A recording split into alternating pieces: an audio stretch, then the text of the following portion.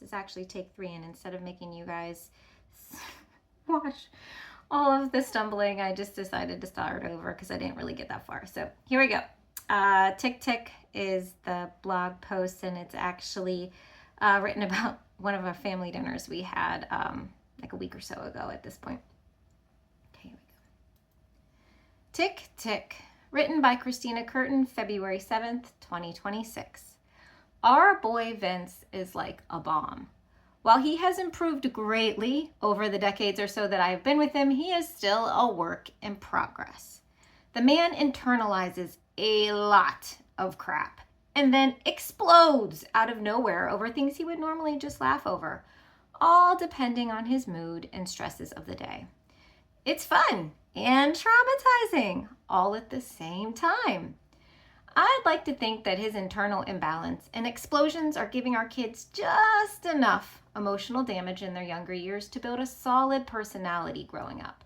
You know, you need to have hurdles and challenges during your formative years, or else you'll grow up to be a wet noodle adult, unable to deal with abrasive people or problems. Vince gives them light emotional damage, so they build resiliency. It's his ongoing gift to his daughters because he loves them. I'm joking, of course. Okay, mostly joking. Anyways, the other night, Vince made dinner. It was fajitas. But judging by the looks of the kitchen when he was done, you would have thought it was a 3-course gourmet meal. Shit was everywhere. The man caught himself on fire, for heaven's sakes. No joke. Big hole in the back of his sweatshirt. Dude didn't care though. He's actually wearing the shirt again today, unwashed with the burnt hole emblazoned on the back because #no pride. We're all sitting at the kitchen table eating dinner together as a fam, talking about our days and whatnot. Scarlett's eyes must have scanned over to the disheveled kitchen, and of course, the child felt compelled to bring out her inner dickhead. Through the chaotic dinner noise that is the norm in our household, Scarlett said, "Dad, I thought you said when you cook, you should clean as you go." Oh, shit. She just did that. Yes, he has said that to his children. He has told them on more than one occasion that when you cook, you should clean up as you go so that you aren't left with a huge mess when you are done. Like, just what he did. The child called him out on being a hypocrite. Tick, tick goes the man bomb. Me and Gianna lock eyes from across the table and brace for impact. I look at Scar and she side-eyed me. I couldn't tell if I saw fear in her eyes or sheer glee at the anticipation of how her comment would trigger her dad. There was still silence on his end. Tick. She nervously giggled. This could go either way. Meaning he would either laugh or lose his ever-loving shit. Having just been loud just moments before, the table was now silent. I realized after a few seconds of this abnormal quiet that Vince wasn't sitting there in private reflection trying to formulate his response to his dickhole daughter. Ha! Silly me. No, the man just didn't hear her comment. That's what happens after years of viewing.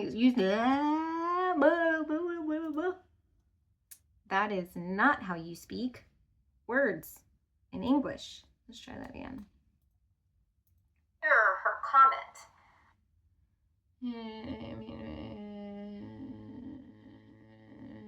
Hear her comment. Okay. That's what happens after years of using power tools without ear protection, or blaring bass in your car when you're 19 like you're auditioning to be a drug dealer. Me, Gianna, and Scarlett all sat for that moment and let the decision hang in the air. Do we do it?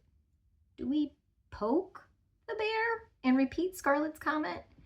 Or do we act like mature women and let the comment pass by unheard so as to avoid the anticipated blowout from the only penis at the table?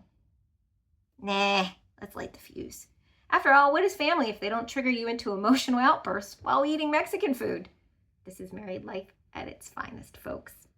First, to diffuse the dickishness of Scarlett's comment. dickishness of Scarlett's gonna at its finest, folks. Okay. First, to diffuse the dickishness of Scarlett's comment, I laughed and said, "Oh, Scar, you're such an ass. You stupid computer." No, I don't want to turn on Windows backup. Of Scarlett's comment, I laughed and said, "Oh, Scar, you're such an ass." You know, to let him know ahead of time that something of that nature was coming. And then I repeated what she said. All eyes were on Vince, like the dinner show that he was. Immediately he laughed, having been called out on the fact that he doesn't follow his own advice. Holy shit, we got a level-headed response tonight, folks. Scarlett was right. It could have gone either way given his mood. We all relaxed and laughed along with him, and I mentally jotted down that I wanted to share this here for posterity to prove to the girls' AI therapist someday that their dad did cause trauma, but just the right amount. Tick, tick, folks. P.S. Okay, I poke fun at him, but he's a truly amazing dad and man. I just get to air out his flaws because I have this blog. He could tell you all kinds of crazy shit about me. I am wacko in my own right. But lucky, what is with me tonight? I didn't even drink anything. So, in my own right. I'm wacko. Yeah, I'm wacko. I am. But luckily enough for me, the man can barely piece together a sentence. And he's like an 80-year-old man with technology. No offense to the seniors out there, but you know what I mean. And that's it for today, my friends. Thanks for listening to my blog. Good luck out there and stay sane. That's it. I don't know why I couldn't talk. Also, I moved my mic. You see, I used to be on this big pole and hung down, and it was truly obnoxious, but it looked like what podcasters do. But then Vince told me he couldn't hear me. I guess he listens to well, that shouldn't surprise me. He listens to it, not reads it.